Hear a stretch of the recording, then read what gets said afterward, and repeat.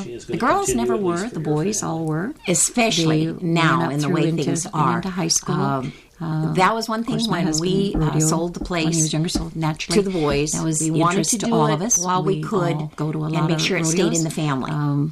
And at the time, all three of the boys were involved. Was a bull rider for and over the many time years through, now, the one that's down at Winter, through the the 4-H other high two bought school, him out because he SBRA, married a person from down there.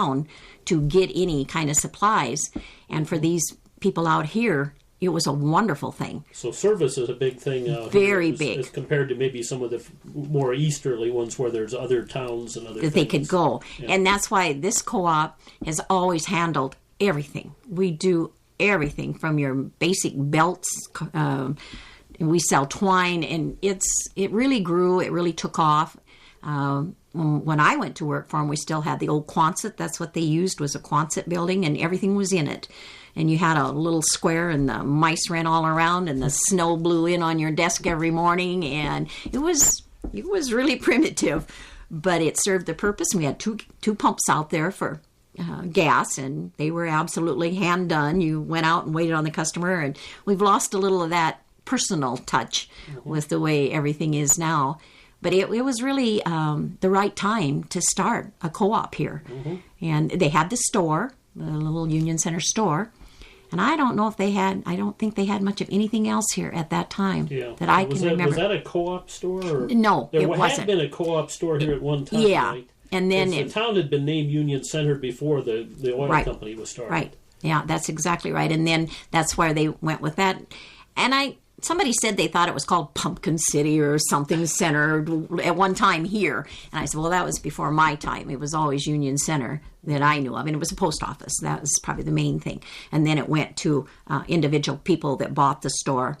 And so I think that's kind of means it's in the middle, Union Center. And that's why we went with the Farmers Union Oil. And they started here in 58 is when they started the co-op, March of 58. Okay. What sort of issues were they dealing with at the co-op back in those days? Was it kind of precarious in those early, even yet late to 1970? As you said, how long were you? Were a lot of years in that Quonset. Yes, we were.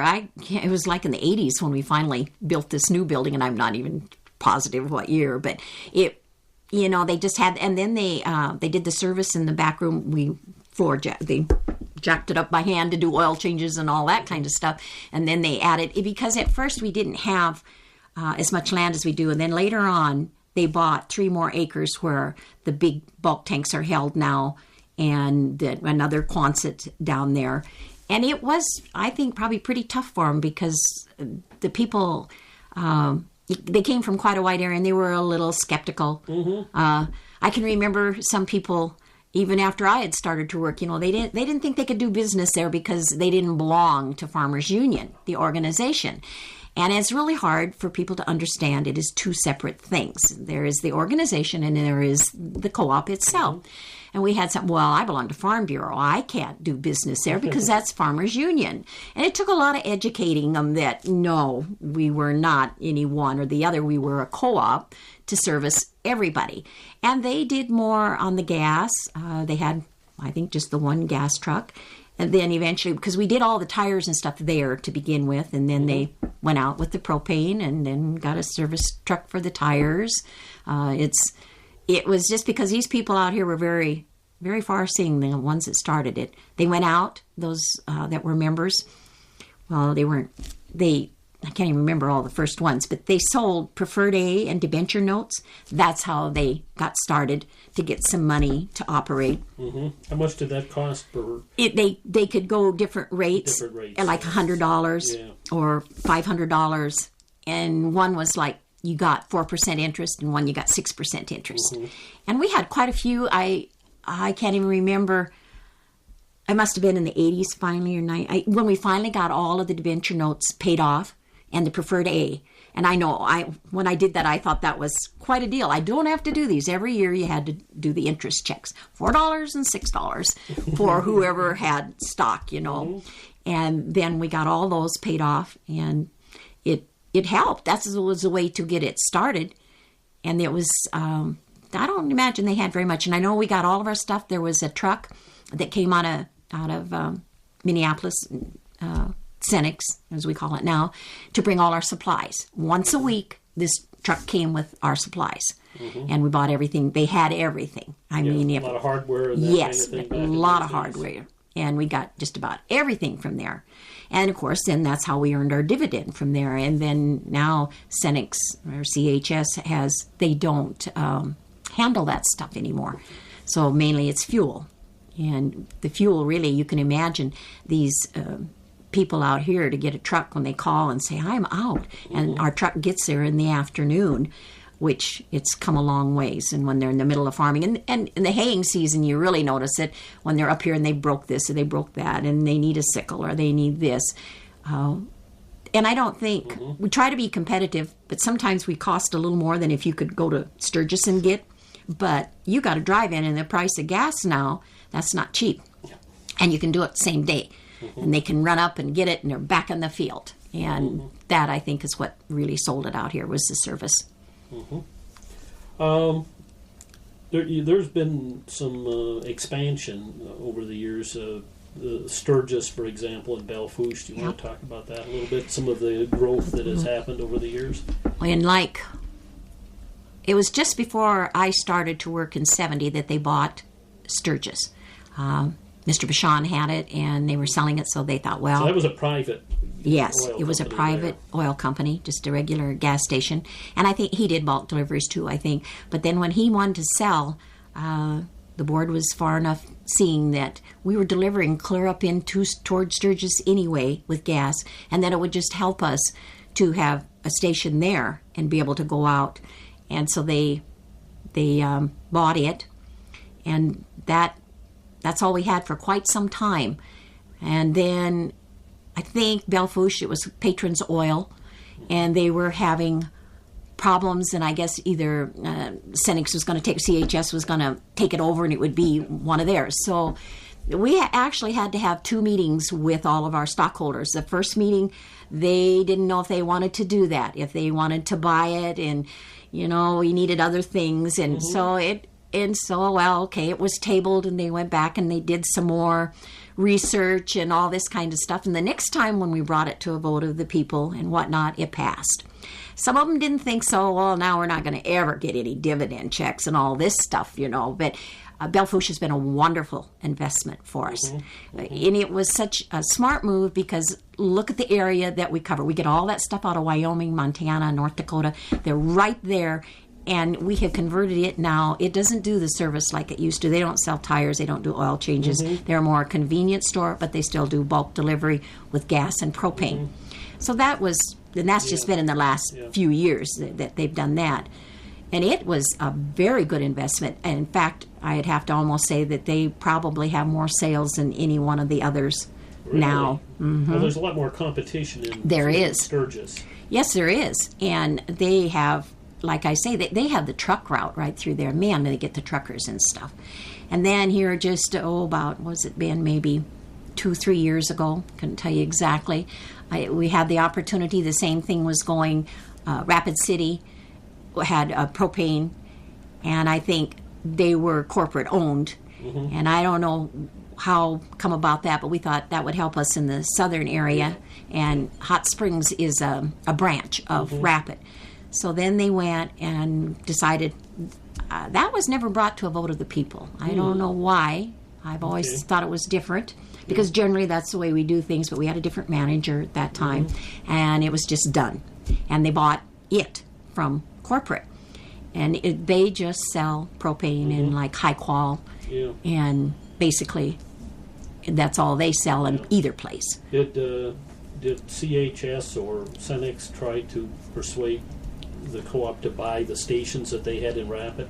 Well, no. At least I have never heard. I think that they were happy with what they are, because I've never heard anything on that. Okay. Now, do they own those now, or do they have this arrangement with Come and Go that you see all over the place? See, now that I don't know, but the CHS ones, the regular Cenex ones, there's that corporate owns, but I don't know how they do that.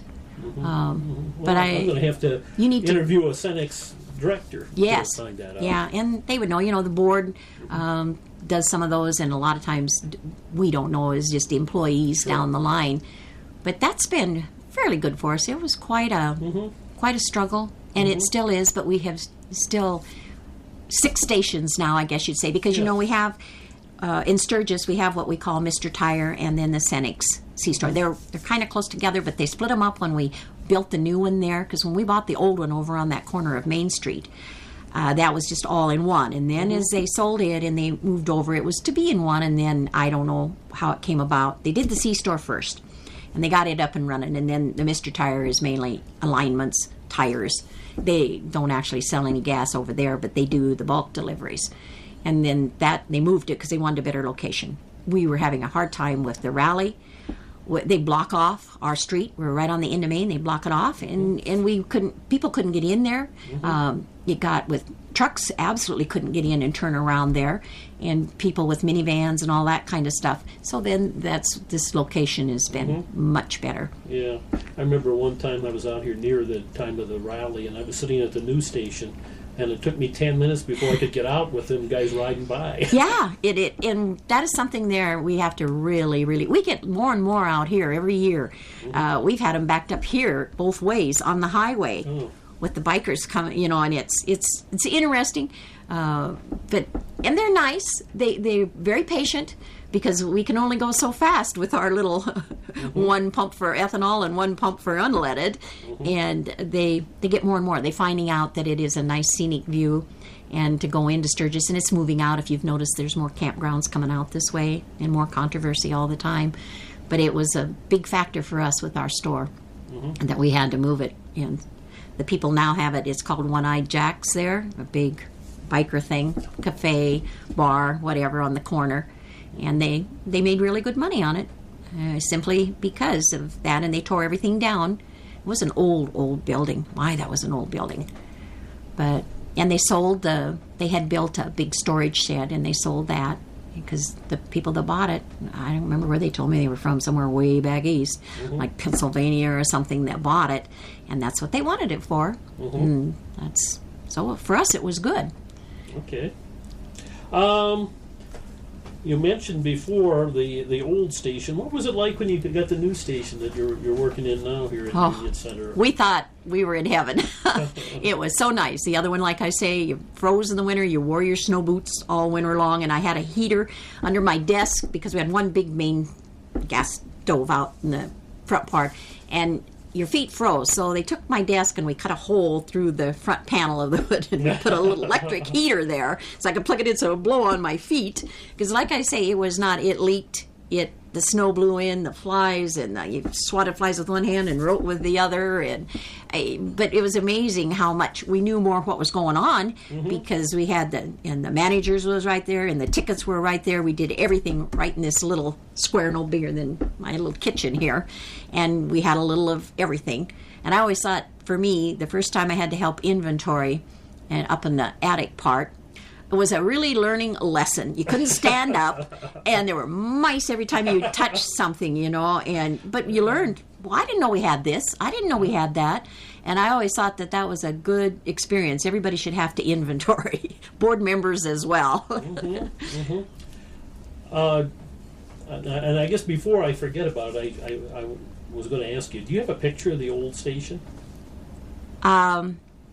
I have it over at work. I think we put it on our screensaver thing. It's I think I do over at work. I can get it for you. Okay. Maybe you could even email it to me at the office. Yeah, I'll ask them. Those girls probably know how to do it. I don't know how to do it, but yeah. Because I thought, I like to put stuff that relates to the interviews on in the same package. It's all digital and. Oh sure. Yeah, Well, when we moved, like I said, and they, we don't want this, and they just left stuff, and we kind of moved. And I said, we need to keep this picture. Yeah. We really do. And so we did.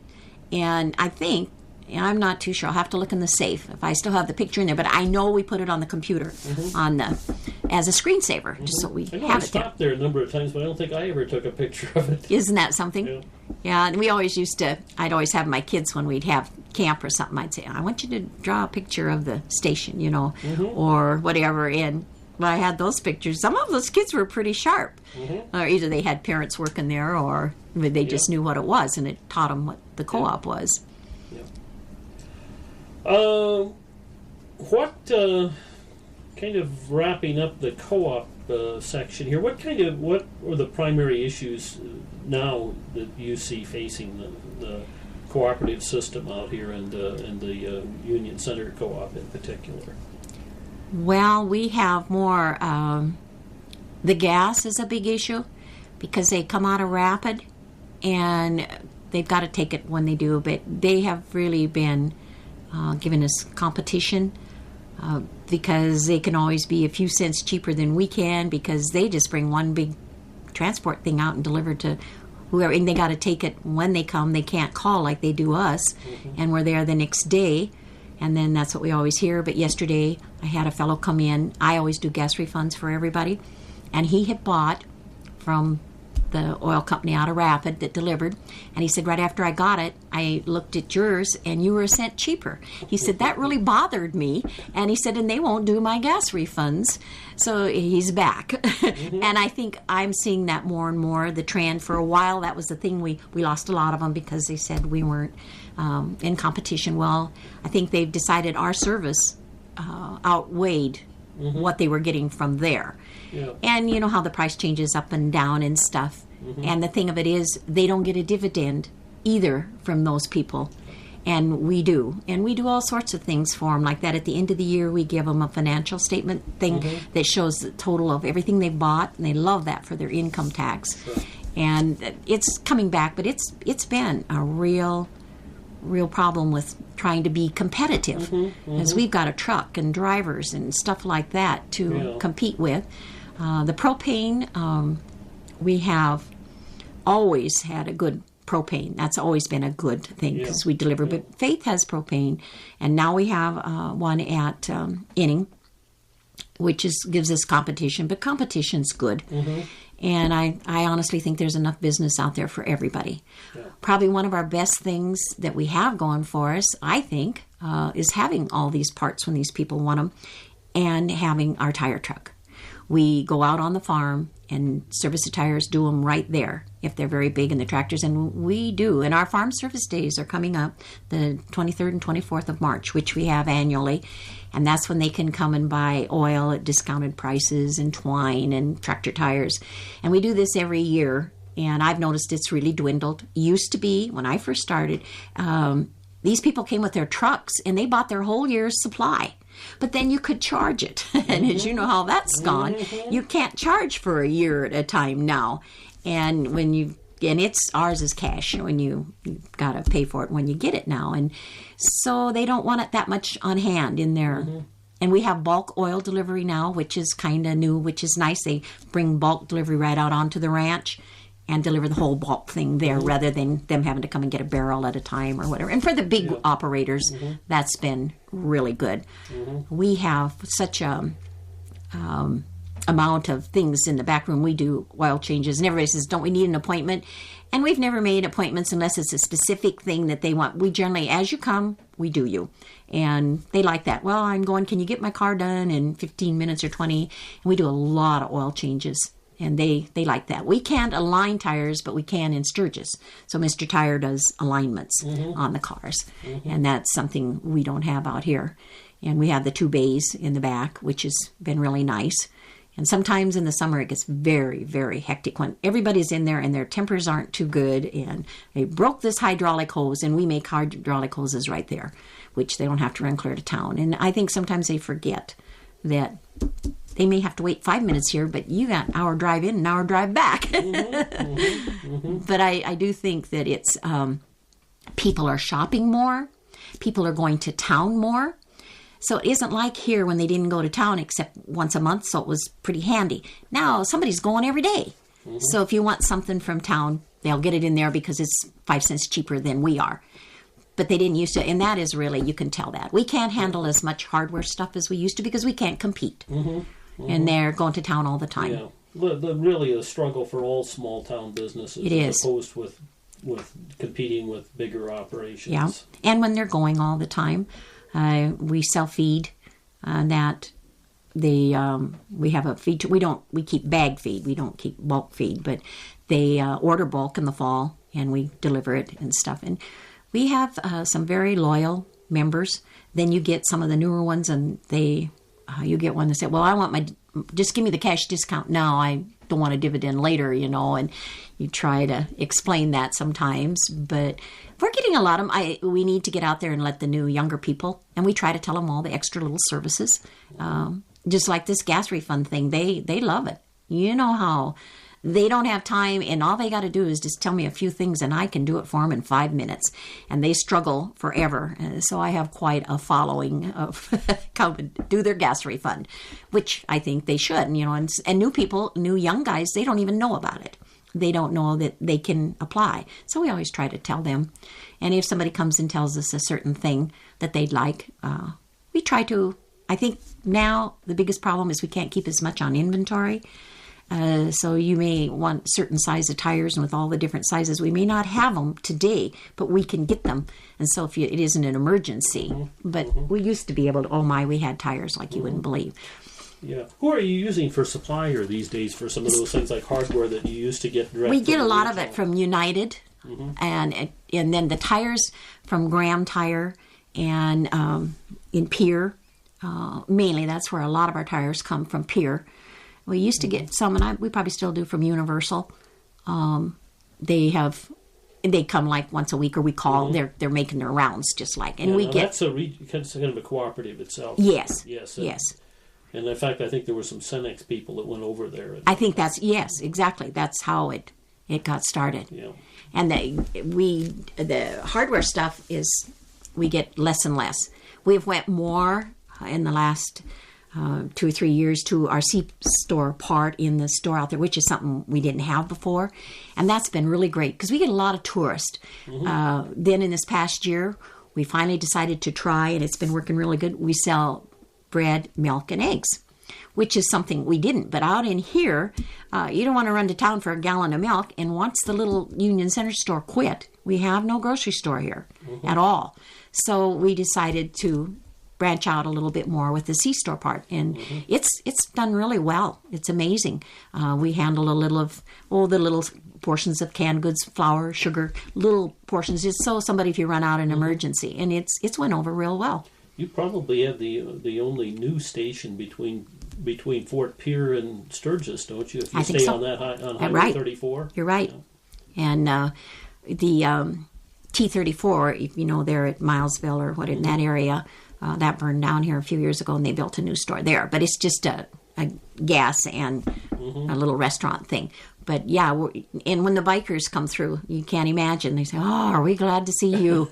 We didn't think we were going to make it on into Sturgis. We need some gas, And so we've gotten more and more, I think, as people realize. And a lot of people like to tour a different area and get off the interstate. And so a lot of places I know have struggled and shut down, but we're hoping, because we are the main one that started it. We like to say we are the head one, but most of it's done in Sturgis because the general manager is in Sturgis. And a few years ago, they started switching that. It used to be the manager had to be out here.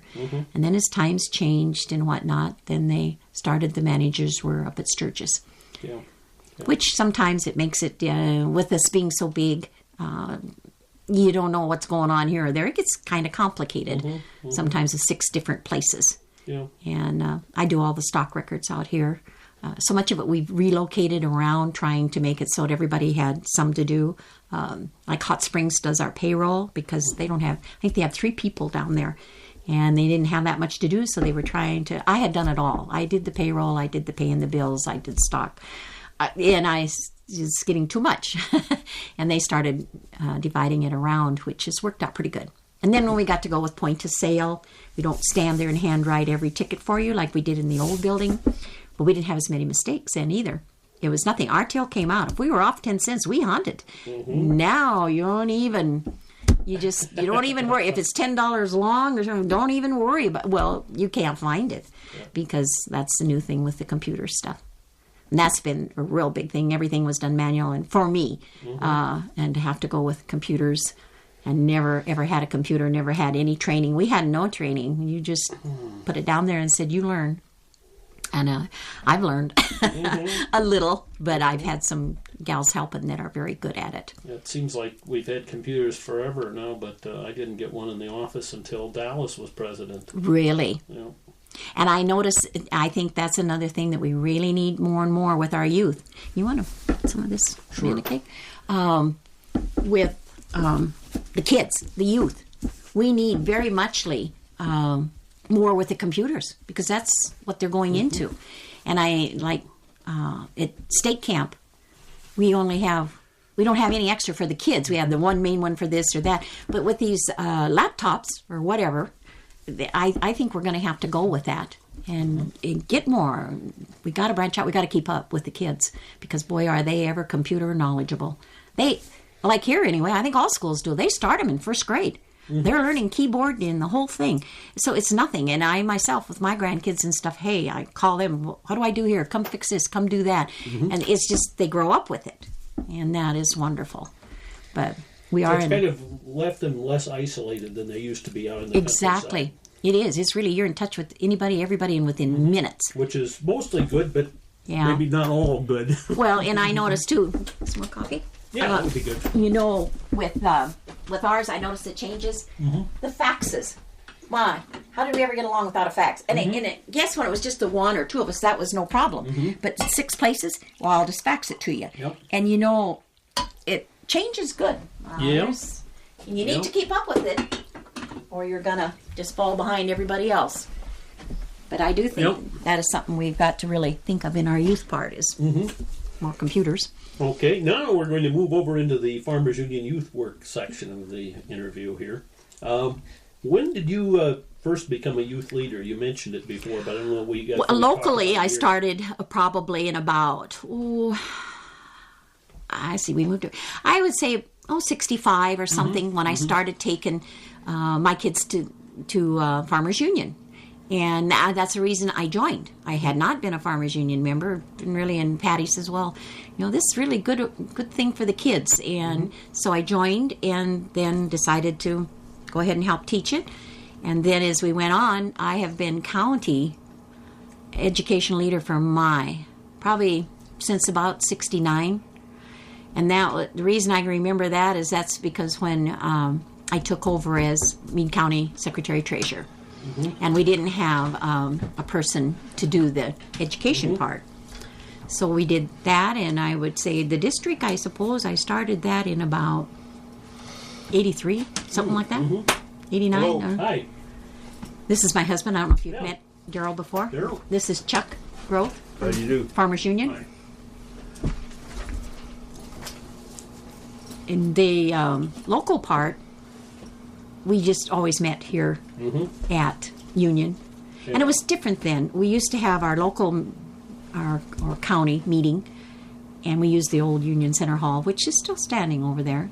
And the grown-ups would meet upstairs and have their meeting. And the teachers and the kids, we'd take them downstairs and have our classes. So we did them together. Well, that got to the point that it wasn't working because the teachers and stuff wanted to be at the meeting. So we quit doing the youth work with the meetings. And so then we'd have separate times when we'd just meet for the youth. And then we always have a county camp. I always have a one-day county camp. And we didn't have that much for district because for a few years we didn't. And then Patty was district education director, and she really got it going more with the kids getting more involved. The biggest problem is a lot of the parents didn't even know about it. And then now we have to really in competition with 4-H and all of the basketball camps, football camps, rodeo schools, and it gets really tough to find a day. And if you don't do it in around them, you're not going to get them. And it's been harder and harder, and we don't have near as many. I remember when my kids were torchbearers that it was probably, it was nothing to have 20 or 30 kids as torchbearers. Sure. Now what do we have, 10 or so, if we're lucky? We're on the way up. That is really good. Yep. Has it been difficult? You mentioned the current difficulties. Back a ways, was it difficult to get kids together out here when they were so far apart? A lot of them, we got to be babysitters. They would bring their kids and drop them off for the day and go on to whatever. But we had but there were more kids. And that's what we did. It was try to get the parents to help with the teaching the class. That way we got more kids to come. And that worked out really well. And then it got less and less now, I think. Although the new younger ones that I'm getting, they didn't even know about it. And it's a whole new, we're going through cycles. And the older ones are gone, and now we got the new younger ones. it's hard now because of all the other involvement. Not only school, but like I said with 4-H and all those, it's getting tougher all the time. But we're hoping with the numbers and trying to keep it interesting. I think we have an advantage with having our co-op right here. They understand it a little bit more, and they always help us, the co-op. We get education funds from them. If we didn't, there's no way we could have the camps that we do. There's a lot of kids out there that I find the biggest problem is I get the kids from the time like 6 or whatever up to high school. When they start high school, you lose them because we're one thing, they're traveling.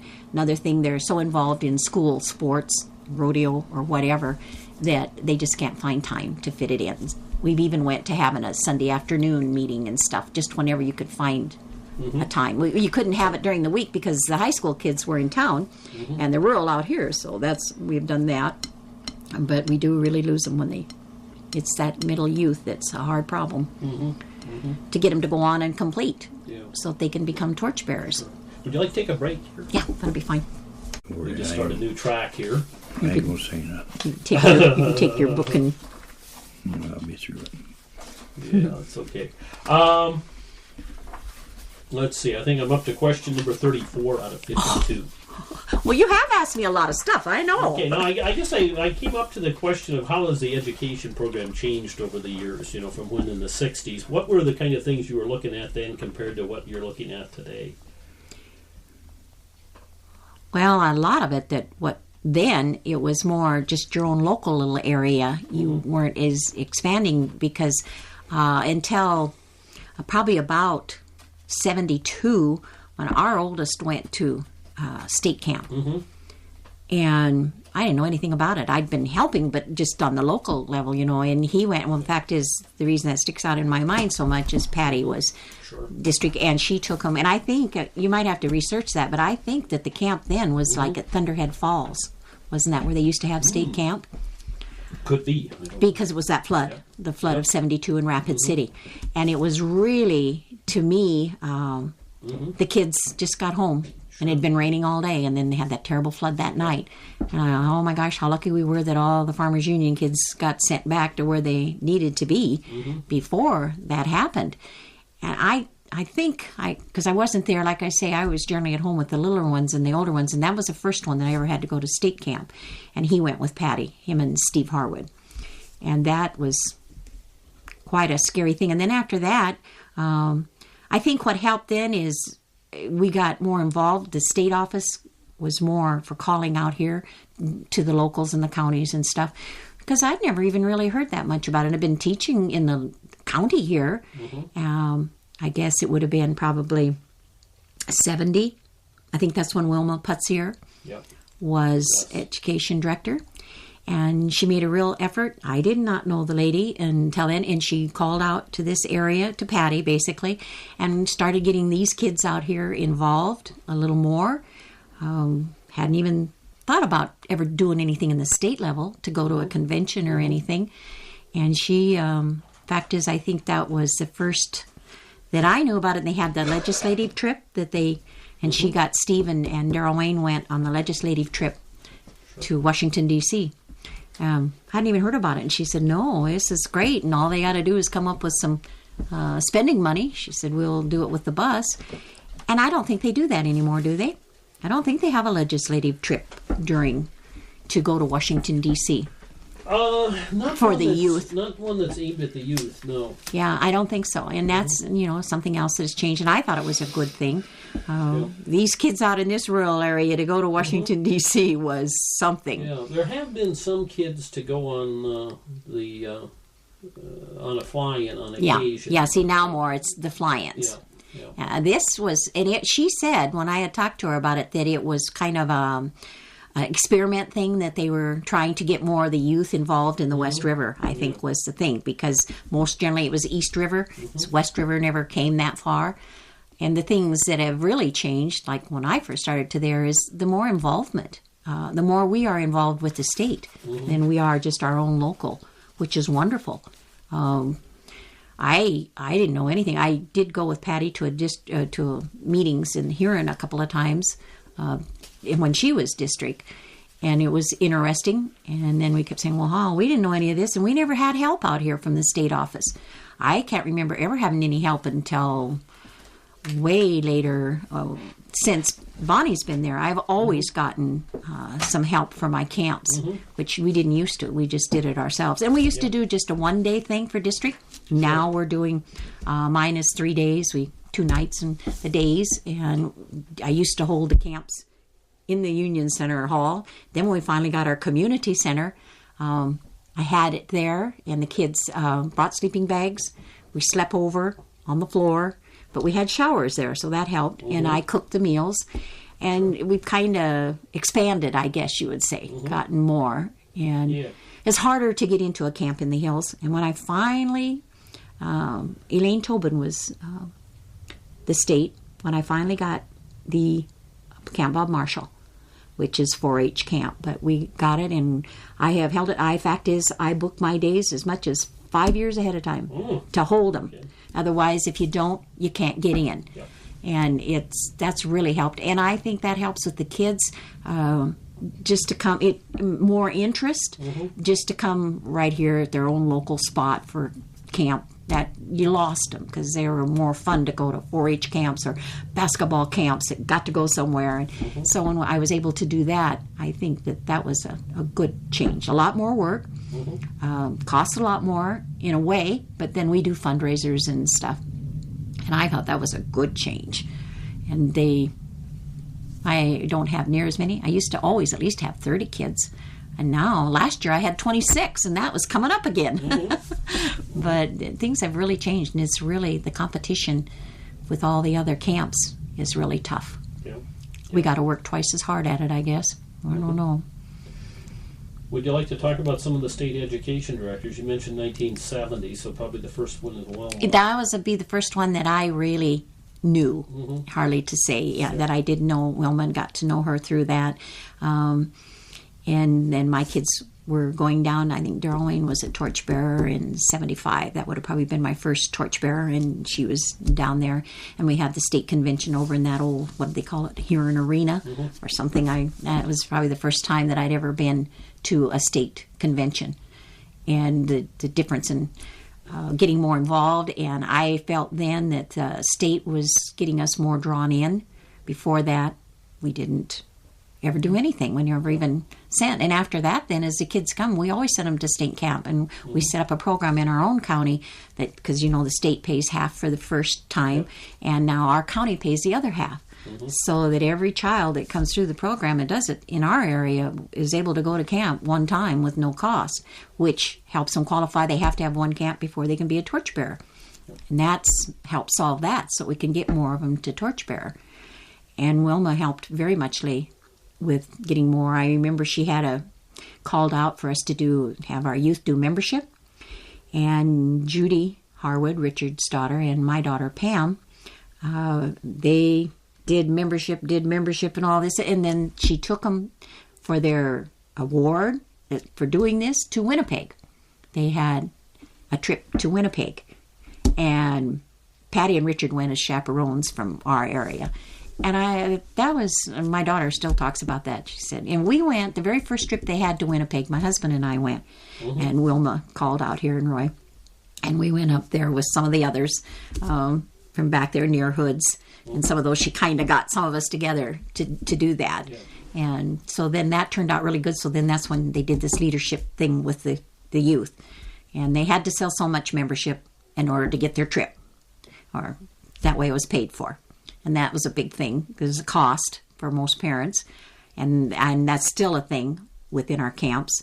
You've got 4 or 5 kids to send to camp. You can't afford it. So you got to come up with something. And I think that Wilma really helped in our area for West River, got us more involved, got us to know more about what was going on back there. Elaine Tobin used to come and stay at my house. I liked her idea. She came around and met, instead of us all going to Huron, the district, she came around and she would call me, and I would get all my teachers that helped me with my county and stuff locally around, and then she'd come and meet with all of them, so that it wasn't the district bringing it back and passing it on down. They got it firsthand, and you could never get them that many to go that far in the cost. So she came and would stay at my house, and we'd meet either at the schoolhouse with everybody or something like that. And I thought that was good. It was just paying for her rather than paying for all the rest of us to go clear to Huron. And back to your grassroots, get down to them. She was very good with that. And Bonnie has been fantastic. We have had more help since Bonnie's been education director, all the way down the line. She has such good ideas, and it really gets us all involved. And she does it in such a way that you don't even know you're that involved. But she does a good job. She has been an asset, and the numbers have increased. She's come up with new ideas, which is so great. I would say she's probably doing so much more. I can remember back when Patty was doing how much more the district education directors did in their own without the help from the state office. And the state office has been very great now with sending us more help. So we never had the summer staff that comes and help with camps. We never had, like, Bonnie comes out when she can, and then she gets everything lined up, which is, like she said, well, I have access to this. And she does a wonderful job. And that was probably the best move they've made in a long time. Well, she had the background before she went into being in there in the office and knowing the organization. Yeah, she'd worked in the organization, and then to go into the teaching part of it was really something. She's at, I think, 26 years now. Is that how? I say that very loudly. So yes. Over the head or something. I know. She's been there quite a long time, and I really appreciate what she does. And if you need something, you just call her, and she'll get it. Well, I don't know this or that, and she comes up very good. I think she's been a big help at the camps of coming up with stuff for handicraft. Sometimes you can't think, okay, what? And she has such good ideas. That must be the teacher part. But I have really, really enjoyed what ones that I've had to work with through the state office have been very, very good. And it's been a big help. And the other district teachers there, I've gotten to really know them. But Bonnie has brought us more together than they ever were before. It was just a name. Now we really know each other and work together. And like where we saw our camps dwindling, each district, you weren't. So then that's why we have combined. I think some of them in the East River combined too. And that's what you have to do when you're getting less numbers. You want to talk a little bit about the Torchbearer program? All your kids achieved in it. Yes, they did. And you want to talk about the program a little bit? I think it's really great. And a few years ago, I think Elaine was state education director. We, as district ones, we went together and kind of revised the book a little on what they had to have to qualify on each level. And what we did was we were seeing what was happening. We were losing kids, and they weren't becoming torchbearers because they weren't achieving all this stuff. So we kind of redid it. We started now at 7th grade. Out of the 7th grade, they can go to state camp. And before, it was out of 8th grade. We moved everything down a year because what was happening for torchbearers, they were away in college. Well, then they wouldn't come back for their torchbearer ceremony. And so we thought if we got it down so if they were a torchbearer when they were a senior, that we would have better participation. And I think we have. I think it's really improved. And we changed. They used to have 2 state camps, and now they only have to have 1 and do their 2 things each year to achieve. And we allowed them to, if they go to state camp, they go to district camp, and they can come to annual meetings. And we kind of revised some of that stuff. We didn't want to exclude them because they couldn't get all the stuff done. We know how many other things they're involved in. And so that part, we've really done it. And I think that it is such a great thing for them when they get to go down there and be torchbearers. I don't think those kids, they never forget that. It's a nice ceremony. It is. It's a beautiful ceremony. And so we still get some that it conflicts and they don't come. I think we only had about 3 last year that weren't able to be there. And that's good because it had gotten to the point. I think that one year we only had 2 or 3 torchbearers. And that's sad to go through all this. And they're just missing out on the big thing. And I think our organization is really nice. That I think we're probably, you can look this up, the only state that sends our torchbearers to the national. And they they pay their way to go, their hotel and all that. And I think that is a wonderful thing. I hope they never quit doing that, because there's some of these kids that would never get to go because it does cost quite a little. And I didn't know that until I went to, maybe it was Anaheim. And I thought, well, where are these other states with their... And they said, well, they can come, but they don't pay their way or help with it. Now, what a sad thing. And that's just one of our awards. And I think that is a very good thing. And I guess it's just always been that way that I've known. And then to find out we were the only state that did it. Now, wow, that's pretty good. We do something. And I think the torchbearer thing is a really wonderful thing. I hope they never do away with it. And I hope they never take it away from the program the way it is, so that most of the people are there. I know they wanted to change days. They wanted to have it in the afternoon, and this works.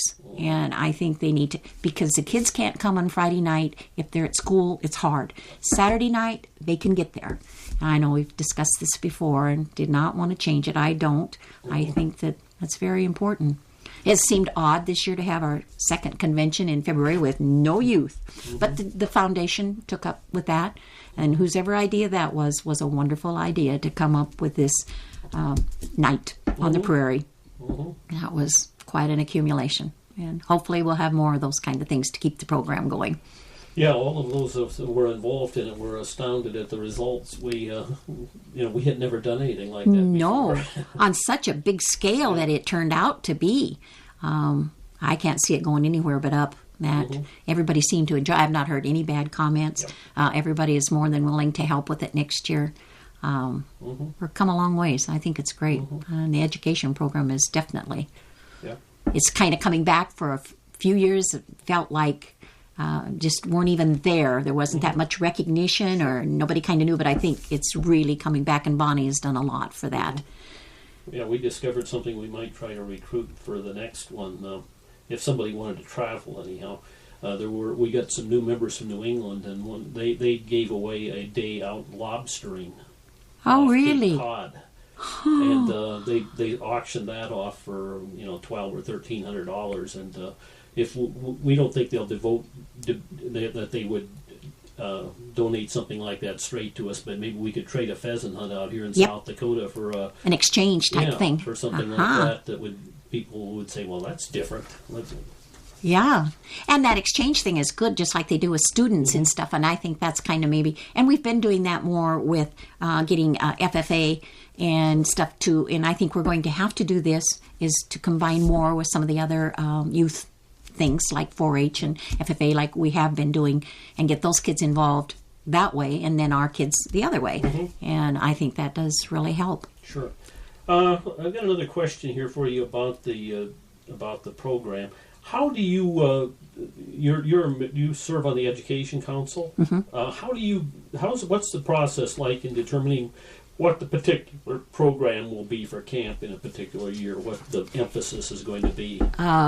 That's something we have really changed a lot. It used to be that I think the district and education directors in the state lady, we did most of the work ourselves, and we have really come a long ways on that. The kids do this, the junior advisory and senior advisory, and the education directors, but we supervise it, but they kind of, what they want, they set up what the theme is going to be, what games they're going to do, what speakers, and they're involved, and they have to do the calling. They volunteer to do certain parts of it, and they need to know, and we've made it really that it's their responsibility to get this lined up for it's their state camp. And I think that's a very good move for these kids to be involved and do it, and not the education leaders doing it.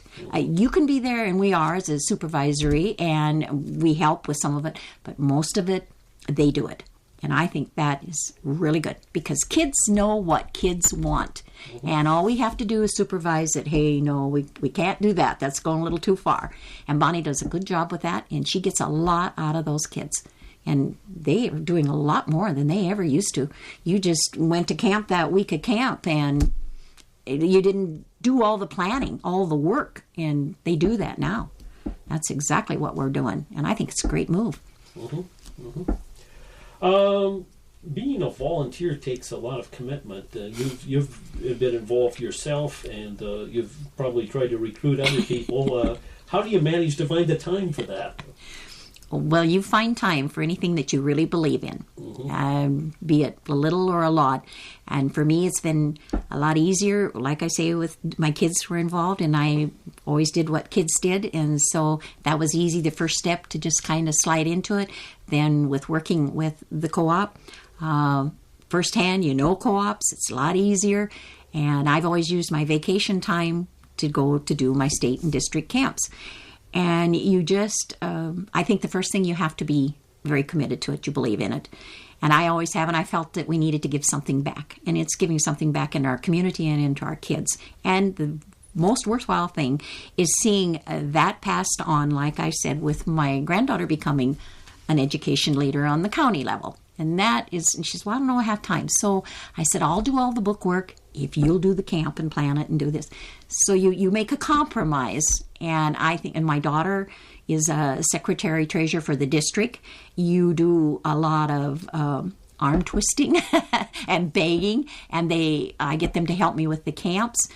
Same way when they had kids going around, then they really like it. And I get the parents involved, because if you're going to bring your kid, just like they did me, then maybe you want to stay and help. Or I get the parents to get together and say, one of you bring a carload and one of you come and pick them up after camp, so they can kind of take turns. Mm-hmm. And I don't like that when they say, well, I'm busy, I work, well, I've been there too.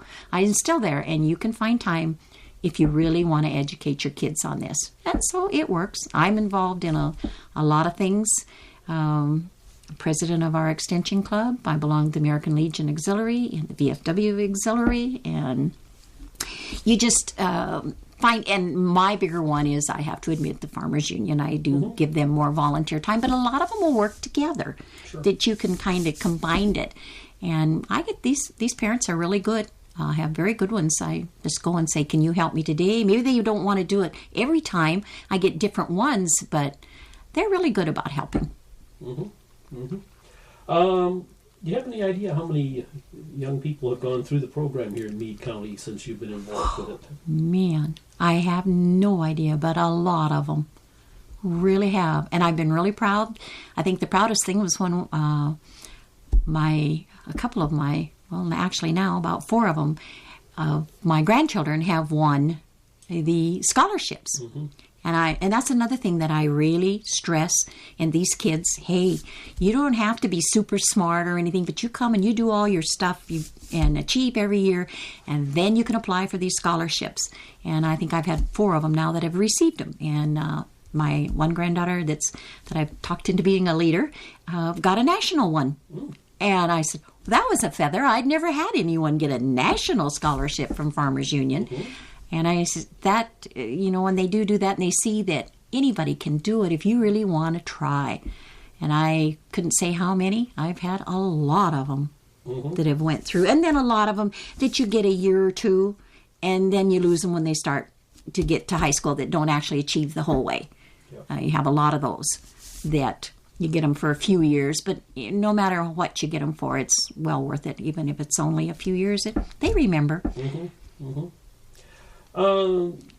You want to talk a little bit about the challenges that were facing the education program when you started compared to today, how things have differed. I think we've talked about some of those things, about the various competing activities that kids are involved in, but there's also the time concerns for the adults who may not have as much time as they did for volunteering. Yeah. Yes, to begin with, it wasn't that hard because the parents, like I say, were bringing them or something, and they didn't have to go on to a job or they weren't involved in something else. They seemed to have more time and enjoyed the day away from home, helping with handicraft, and you pick out which ones that are really good at maybe reading or helping with the books, and ones that are really good at the music part, or ones that are good with the handicraft. And so you kind of get them involved that way.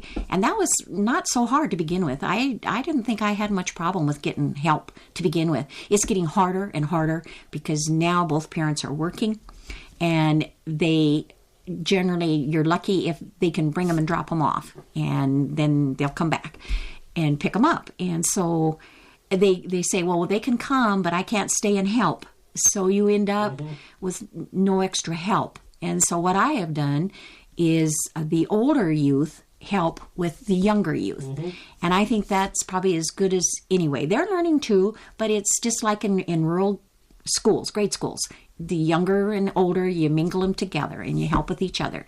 And I know the first time that we sent kids to state camp when they were out of the 7th grade, we had the comment, and the first 2 that I had were my granddaughters, and the comment there from some of the other older ones, we don't think they should be able to come yet. They're too young. They shouldn't. And my granddaughter stood up and she said, it's just like our county camps and just like our families. The older ones help show the younger ones how to do it. She said, I don't think it's bad. And boy, she gave a nice little, I was so proud of her for standing up and saying, and it's true.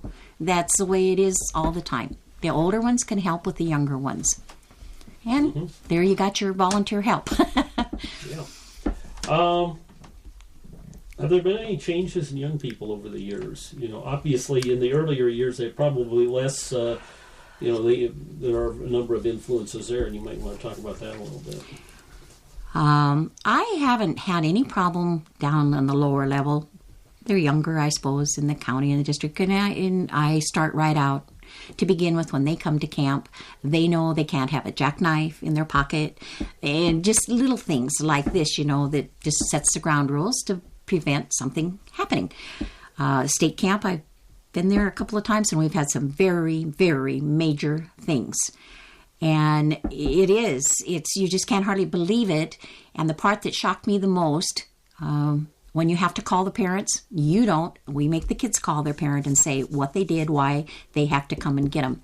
And I was at one, and I was very surprised. I guess I shouldn't have been, but the parent reacted horribly. And I was so embarrassed for the child. He just went out and sat in the car because his dad was very rude. He said, we were terrible.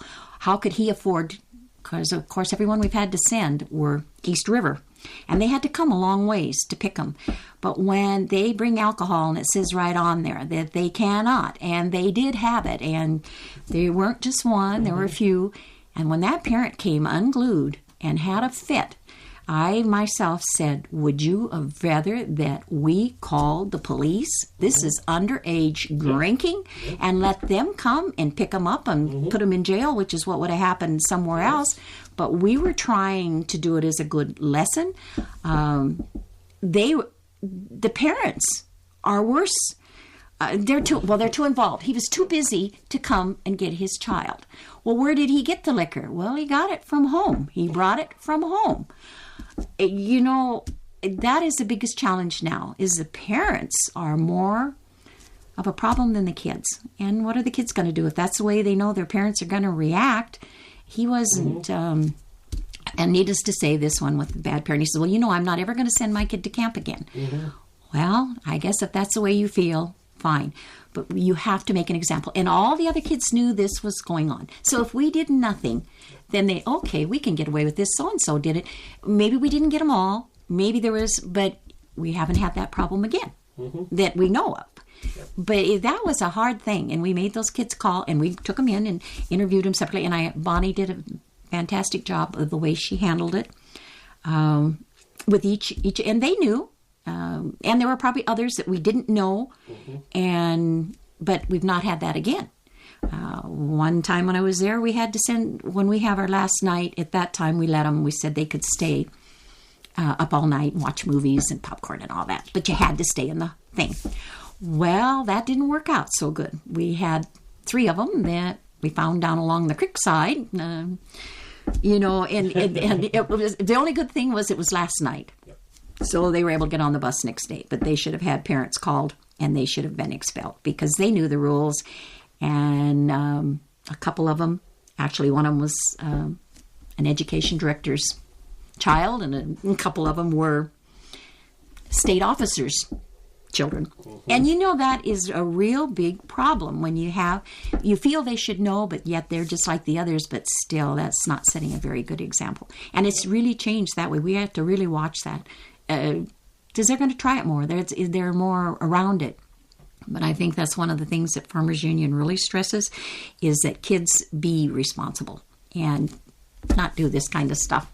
And it's hard. I was glad when our camps finally said that the workers there were smoking, and they cannot smoke on the Camp Placerville now. They have to go off of it because it is really tough to have all those kids. And in state camp, you have kids that are 18 years old, and they probably have been smoking, and that's fine, but they're not going to smoke at camp. And that has really been a problem, this smoking and drinking, and it's been a tough deal, and you hate to be the one that's there when you got to tell them you got to call parents. They got to come and get them. But Bonnie handled it rather well on that one. One other, Elaine Tobin, we had that one problem too. And you just, you don't know how you're going to handle it. I said, what I think we need to do is when they get on the bus is go through their suitcases, just like they do at the airport. Yeah. You're going to have booze-sniffing dogs. Yeah. I don't know. How important is, we're getting back to the cooperatives and the education. How important is cooperative education? You're involved with both. Very important, I think, because it goes not only just to that, it goes with working with each other. They need to cooperate, just like my granddaughter said, the older and the younger, you need to cooperate and work together. And I don't think that a lot of these kids, if they don't live right in an area that has a co-op, I don't think they even understand how the co-ops got started and why they got started and how important they are at least in our community. Very important. And I always think it's good we bring it back to the ones that have family members that are working in there. It gave them jobs so that they were able to still stay on the ranch or whatever. And it filled a necessity of being able to get the supplies and stuff right here at hand. I think we get far more done, and we try to tell the kids that if we work together as a cooperative, no matter in what you do in life, if you learn to work together, you're going to get a lot more done. I think our co-ops are very important, but they are losing ground with them, and that's why we need this education out there with this young farmer thing and knowing what they can get from there to keep it alive. In your view, has the attitude of cooperatives towards education and support for that changed over the years? Very muchly, and it depends. And I don't know if we're not educating our managers, employees.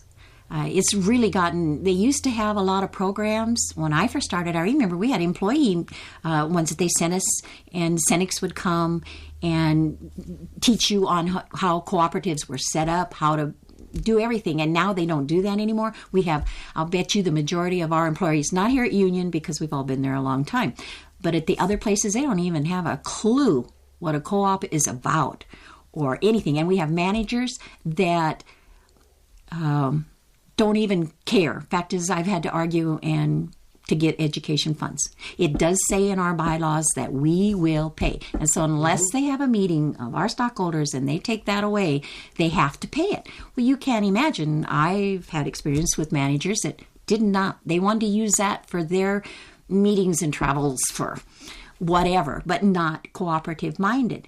And that has really changed. We need more education on our employees and managers as to what a co-op's all about and to practice it, because it's hurt with the education. Like one thing, I know a lot of them have done away with the dues checkoff. Well, I have always done it on my own, even when our main general manager did not want it done. The biggest problem there was if we didn't have enough dividend to cover it. Yeah. I always sent letters out to anyone that was on my list and told them we didn't have enough and told them that they would have to pay their own dues, which helps a lot. But they don't want to do that. Some of them thought we should just discontinue doing that. And the more of those programs that our managers and stuff or higher-ups board don't want to do, the more it hurts our co-ops. Because most of them, they have to sign a little card that tells me they want me to hold their dues out of their dividend. And it was really good and worked really good when the dividends were high enough. But now our dividends are lower and our dues are higher, and I don't have near as many. But I think that's hurt, and with not these co-ops that want to give any education funds has really hurt us. Going to shift momentarily here to another entire topic. Your family has also been involved in rodeo. Would you like to talk about that a little bit? Yeah, they started with 4-H rodeo. The girls never were. The boys all were. they went up through into high school. Of course, my husband rodeoed when he was younger, so naturally that was interest to all of us. We all go to a lot of rodeos. I have the one son that was a bull rider for a good many years through grades to the 4-H, high school, SDRA. He in that way involved us. So, of course, you got to go and watch as much as you could. And he won the world title in El Paso one year. Mm-hmm. And I don't think South Dakota ever had a bull rider do that before. So we were pretty thrilled. Mm-hmm. And the other boys did. The boy that's on the ranch, he rodeoed through high school, but he didn't like traveling. No way was he going to run all over the place. So that was the end for him. And he was very good at it. But the Wade is always very disciplined, and he decided I always felt, now, are you sure you want to do this just because your older brothers and your dad did, or are you just doing it because it's expected? No, he wanted to do it. Okay, and he proved me that he did by continuing, and he just retired here about 3 years ago and won many things and really enjoyed. So we got very involved in South Dakota Rodeo. We sponsored buckles through the SDRA, and I think it's a very good program. Those kids really learn discipline and what they've got to do. They're very physically fit. Mm-hmm. And with our son, he then got more involved. Like he said, now his kids are involved. And so he needed to stay home with them and go with them, and he still is. He has a couple of times done the narration for the SDRA bull riding mm-hmm. over Sioux Falls Station, if you've mm-hmm. noticed. Yeah, I think I saw him the year he retired. Yeah. And I said, it was, and so we go to a lot of rodeos. My husband always helps with the rodeo school that Corkles mm-hmm. put on at Blunt. And that's wonderful. When Wade started, they didn't have those schools, so he never got to go to schools. It's just like anything. If you can get trained a little ahead of time, it's great. So he's a firm believer in it. He helps put on some youth ones in his area with helping the kids so that they know what to do and not as apt to get hurt. So we've been very, very firm believers in the rodeo. Yeah. If you notice, I have pictures on the... So yeah, we've always been rodeo people. This area is very much the rodeo. We have a lot of the kids around here, 4-H ones, which sometimes... That's why I've always tried to work with it, not conflicting. If they had a rodeo to go to, my camp is done so they can come back and get to their rodeo. Because I think they need it all. Sure. The less choices they have to make, where they have to give up something, the better. I'm almost done here. What kind of advice would you give someone who was going to wanted to be involved in cooperatives or the farm organization today?